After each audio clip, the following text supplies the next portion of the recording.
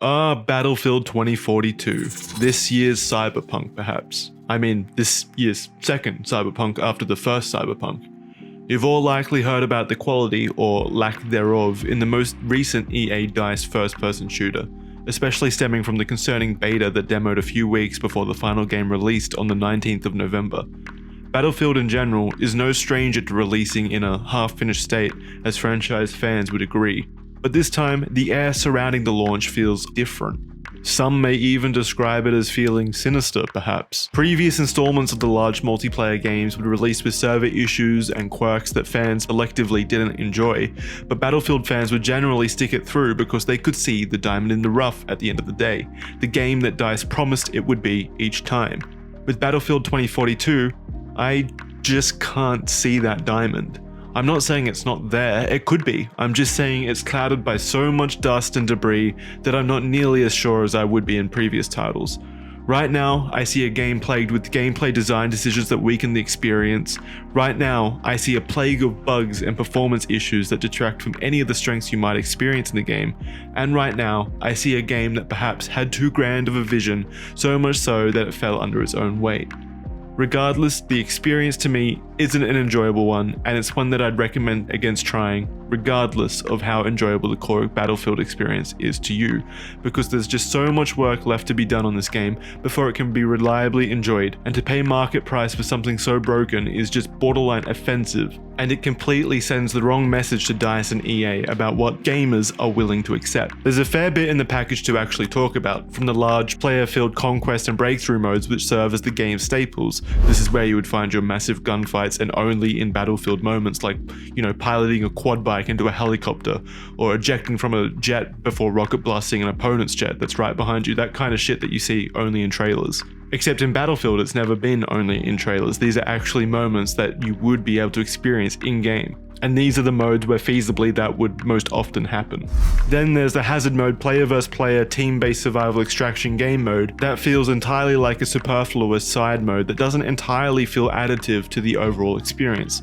By that I mean, I'm not sure what value it really adds to a Battlefield experience, but oddly enough, a lot of the systems placed in the game overall, like the specialist system, feel right at home in that game mode, which does make me wonder just how much of an impact this specific game mode had on the overall design ethos at DICE for this project. And then finally, we have what I could see as being the crown jewel, Battlefield Portal, a chance to revisit maps from previous Battlefield games with their entries' weapons brought into the experience, all upgraded in the current Frostbite engine. On paper, it's a recipe for success, and I'm super enthused by DICE and EA even including a game mode I never predicted EA would allow, but it also suffers from half-baked features and design decisions that just don't quite make sense. So that's really what it is. Battlefield 2042 is, to me, fundamentally a broken game at this point, in my eyes anyway. And I just don't know if DICE can even fix it this time around. The fact of the matter is, Battlefield 2042 is probably the first Battlefield game I just simply did not want to keep playing.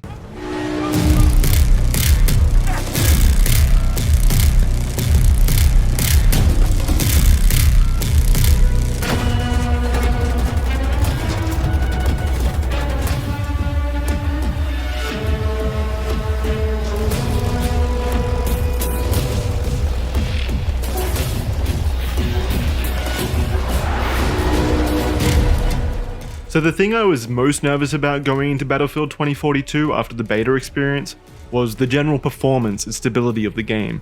It's no secret that the beta was riddled by technical issues. I mean, you can see it on YouTube.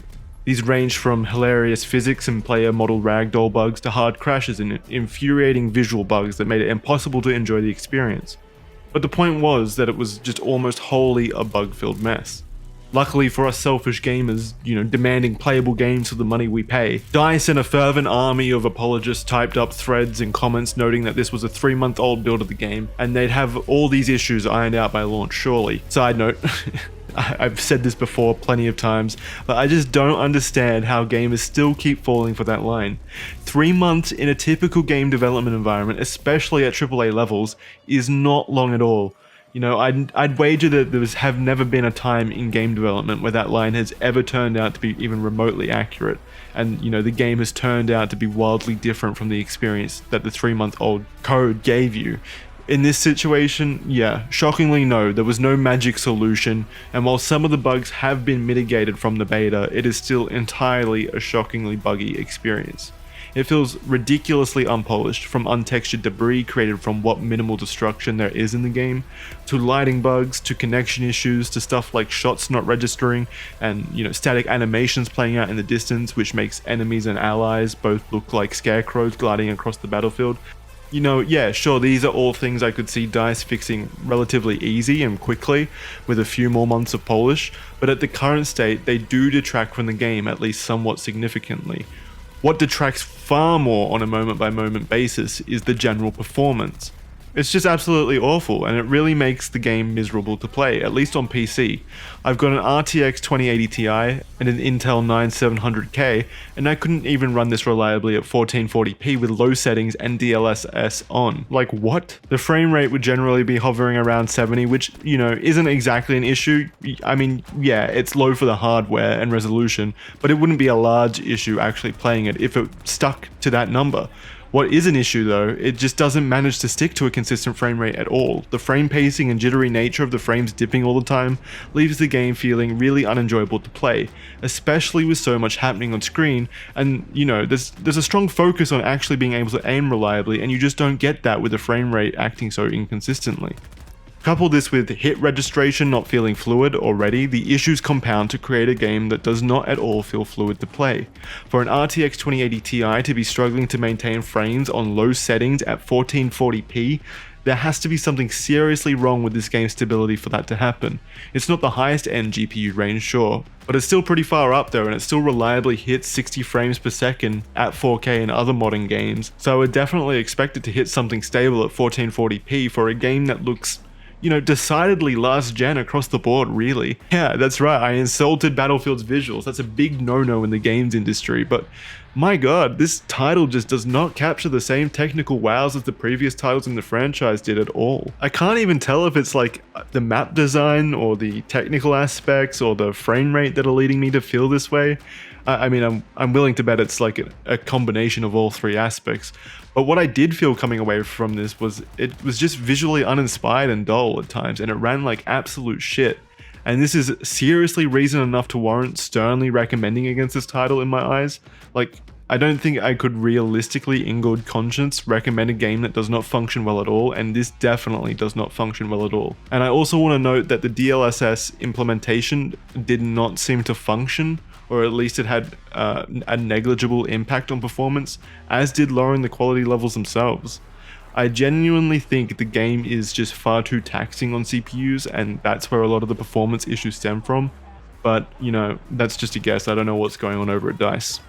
To briefly go back to the visuals before I get crucified by an army of, you know, Battlefield fans, I will reiterate once more that visually, the game feels very uninspired. Across all of the maps, you will find hotspots that feel hand-designed, but they never hit the same visual highs that the previous games did, and none of the maps feel like standouts as such to me. What I did find, and this is almost immediately felt when starting the game, is that the areas in between those hotspots feel so devoid of attention and design that they just feel so incredibly boring to interact with. And you'll be interacting with them a lot since these maps are far larger than any of their predecessors to account for the uptick in player count. Running through these vastly empty areas on the map to the next hotspot is just, oh my god, it's so mind-numbingly boring a strong majority of the time, and I feel like a strong component to that is just how visually starved they are. You'll find the same empty sand dunes across the map, the same shipping containers littering vast stretches of nothing, and it all just feels so vapid. I'll touch on this later, but I really just do not understand what we gained from the player count rising to 128 players, especially since map size increased in the same capacity. At some point, it's not like you really feel like there's more players, since the map size is also larger, and people spread out accordingly. More importantly though, the changes have clearly had a negative impact on two key pillars, those being performance and design. It doesn't seem like the technology running the game can reliably run the game at this scale and with this many people on the servers, and it doesn't seem like there was enough time or bandwidth available at DICE to reliably design these maps or systems in a way that fully utilizes the new size. I don't understand what we really benefited from this change other than EA and DICE getting to say that their game could technically have 126 players in the game at a time. Congrats, but it runs like shit and it looks worse than previous titles, so why don't you slap that on the box instead? Again, to, briefly emphasize, I should reinforce that it's not a bad looking game by any means, but stylistically, it just does not hit the same highs of the franchise. It doesn't even come close, really. When I look at Battlefield 1 or even 5 and 4, confusing numbering aside, the maps in those felt so well designed stylistically that they were always interesting to interact with, even if they weren't maps that were designed well in terms of actual gameplay. Everything fit together in such a cohesive way in those maps that even the worst maps ended up looking beautiful. In many ways, this game just does not hit that note for me, and I think it's a travesty that it doesn't even come close to scratching how good, Battlefield 1 looked. I don't know if that's a hot take or not, but it's what I felt coming out of my experiences with 2042. The performance issues would have been at least understandable on some level if the visual fidelity seemed like a step forward, but in this situation it really does feel like a strong step back. Another staple of the DICE and Frostbite repertoire that seems to be undercooked in this title is the audio design.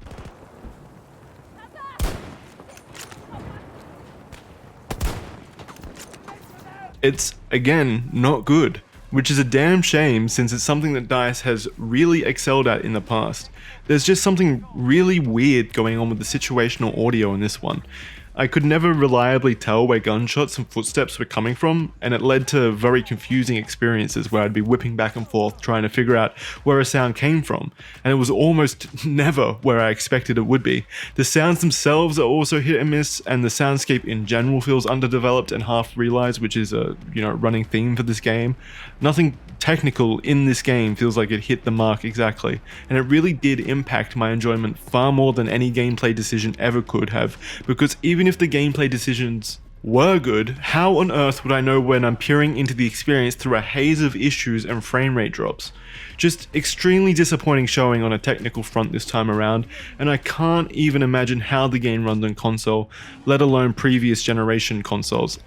I don't have the numbers for you, but they cannot be pretty. I definitely recommend doing some research into the frame rate on consoles before even thinking about buying there, because if the game cannot run reliably on an RTX 2080 Ti, I don't know what hope an Xbox One has. As you can probably already tell, this review already paints a picture of a significantly flawed game, even disregarding the actual gameplay.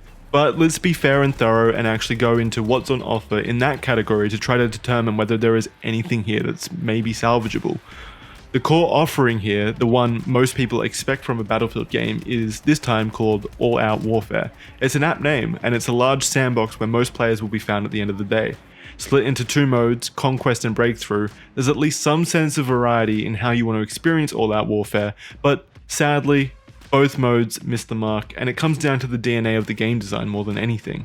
Yes, both modes have the same general lack of polish that I described when I was talking about the performance, weird visual glitches and, character models not behaving correctly, but again, those aren't new for a Battlefield launch, really, and they're probably going to be fixed pretty quickly if previous experiences in the franchise are any indication. What Battlefield 2042 had that feels different and more oppressive to the quality, in my opinion, is a sense of degradation to the core ideas that made previous titles so special. I previously touched on how I don't understand the benefit to increasing the player count by double if we're also going to be put into maps twice the size, and Conquest makes the downsides of this change astoundingly transparent. Because the maps are so much larger, there are now more points to capture in Conquest as well. What this means is that there are just so many more directions for your team to funnel off into, it leads to battles feeling confused, and it never truly feels like there is a strong team effort to anything that happens. When I think back to what has made previous Battlefield Conquest moments so great, is that feeling when your team comes together with the perfect blend of roles and equipment that accentuate your allies, and you're all working together to push through an objective. I never got that feeling from this game because everything is just so much larger that it was far harder to just naturally organize something meaningful.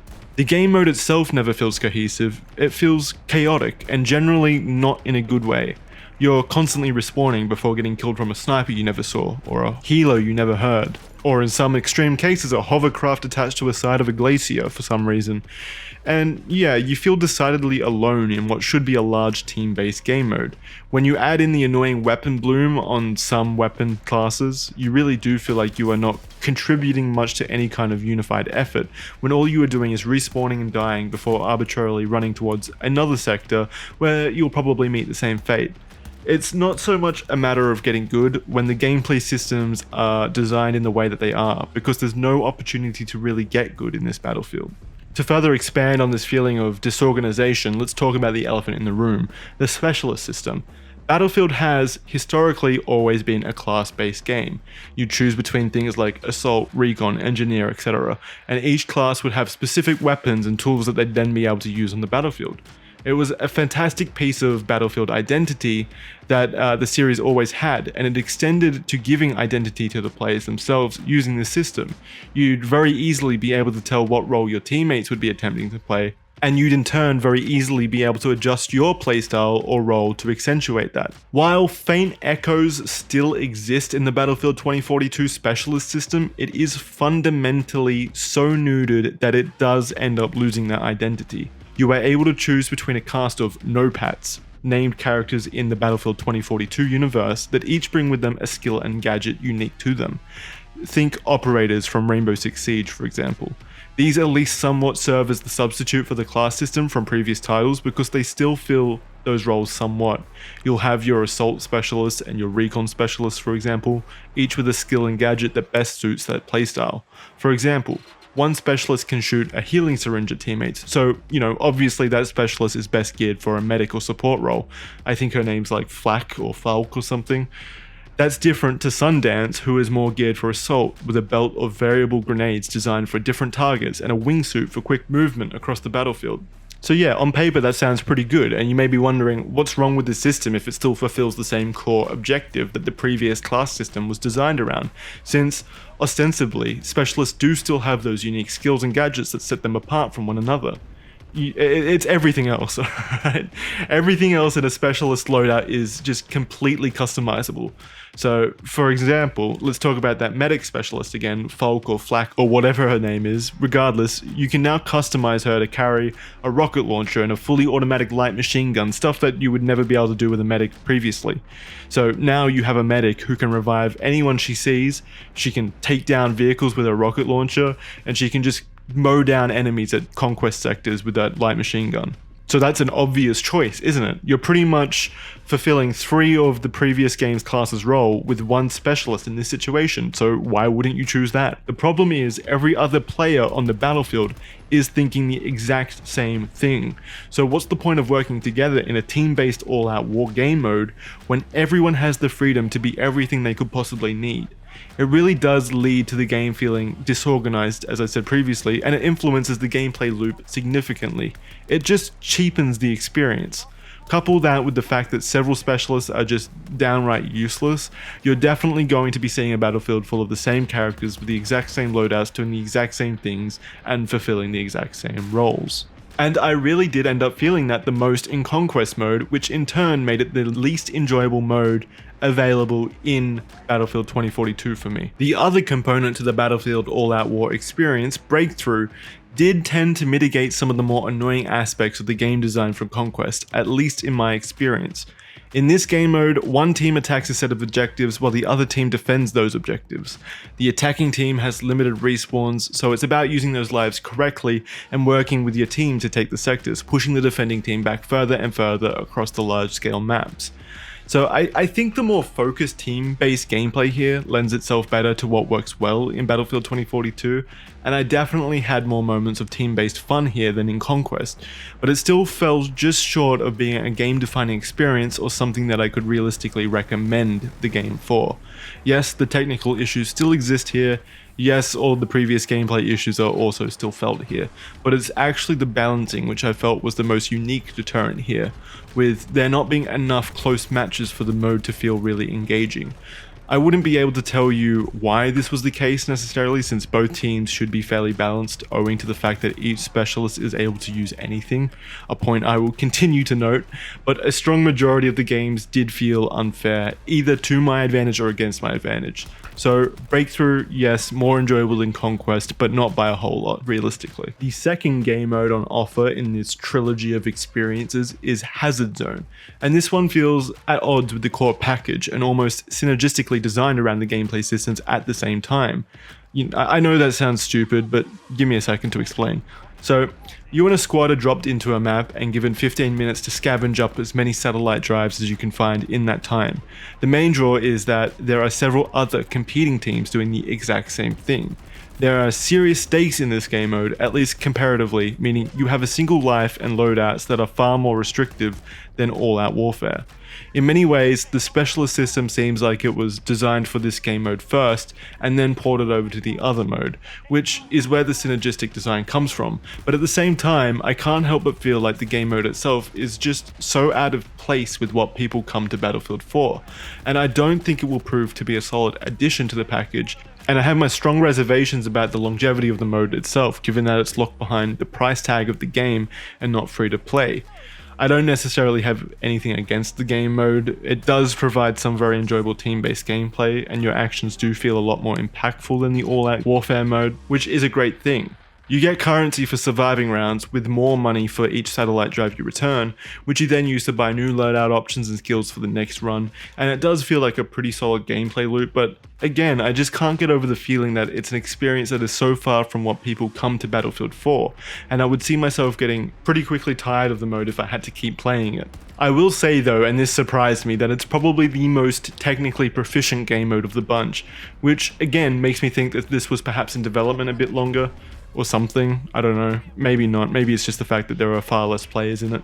But yeah, the frame rate is more solid and I didn't notice as many bugs, though they are still there, like the annoying revive bug that prevents you from reviving a teammate if they're too close to a piece of debris or something, which is just, that's an awful bug to get in a game mode that only gives you one life. So, as a complete package, I could see this doing well with frequent updates and as a free-to-play offering maybe eventually, but I don't think it's entirely additive to the Battlefield 2042 experience in a way that I think maybe DICE had hoped. And finally, we have the Portal mode, which is deservedly getting the most praise from critics and the community. It brings to the sandbox a selection of old school player classes, weapons, vehicles, and maps from classic previous titles, which are, at the moment, Battlefield 1942, Battlefield 3, and Bad Company 2. You're able to mix and match things from each of those titles to create your own experiences, so it's more of a tool on the sense of Halo's Forge or custom games than a direct game mode itself like the other two in this package. Regardless, it gets impressive when you add in that players are able to build their own multiplayer matches with an insane amount of custom logic, the likes of which have never been seen before in Battlefield. I'm talking stuff like AI behavior and player modifiers, just really cool stuff. So yeah, there's a lot of creative stuff that could realistically be done through Portal if given enough time, and while I think it's too early to really see the fruits of the community's labors just yet, I do think it's conceptually a great idea and a great component of this package. Currently, however, there are flaws here as well, and I feel like it'd be remiss of me not to mention them. It's not easy to hop into and just make your own stuff, as you have to go out of game to do so on its own dedicated Portal website, and the explanations in-game and on the editor aren't exactly great at teaching people how to use the tools that DICE have created. I don't know why the editor couldn't have been implemented in-game, as there doesn't seem to be anything that necessarily limits it to a web platform from my perspective, but as it stands, there's a strong detachment from the package itself that makes the process feel more complicated than it should if it wants to reach a widespread audience.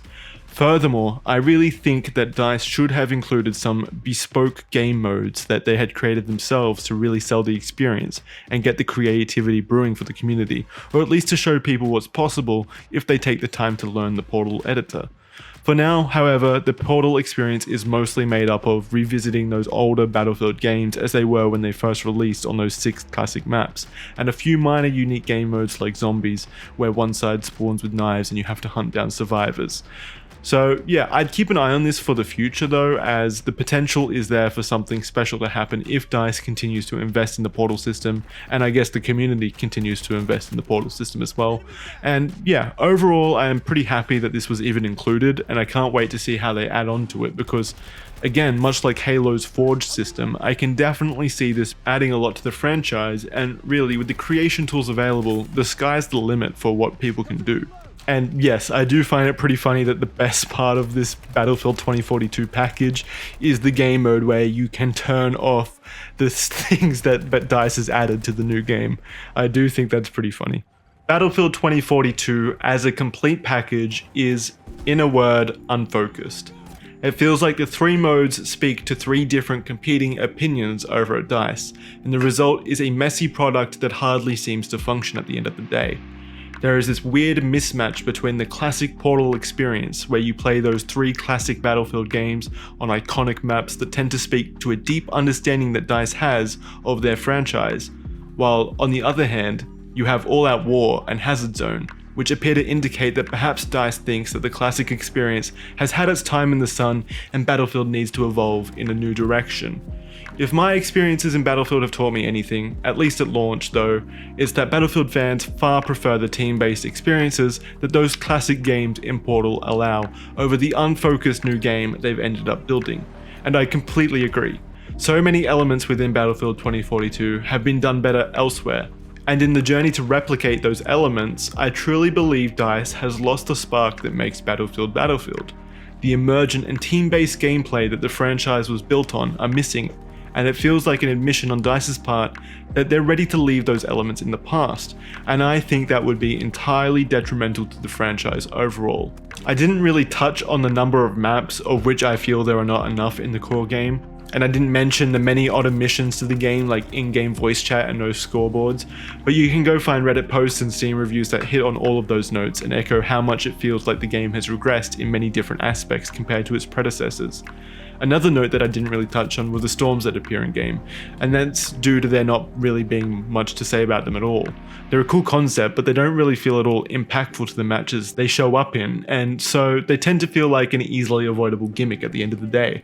Again, it all just leads to the game feeling unfocused and half-baked. Regardless of the gameplay decisions, which I, for the most part, almost entirely didn't like, I couldn't recommend this game at all due to just the sheer number of bugs, instability issues, and again, shocking performance. Definitely sit this game out even if you're a fan of the franchise, at least until they've ironed out all of those issues. It's just not an enjoyable experience at the moment, even if the gameplay was good.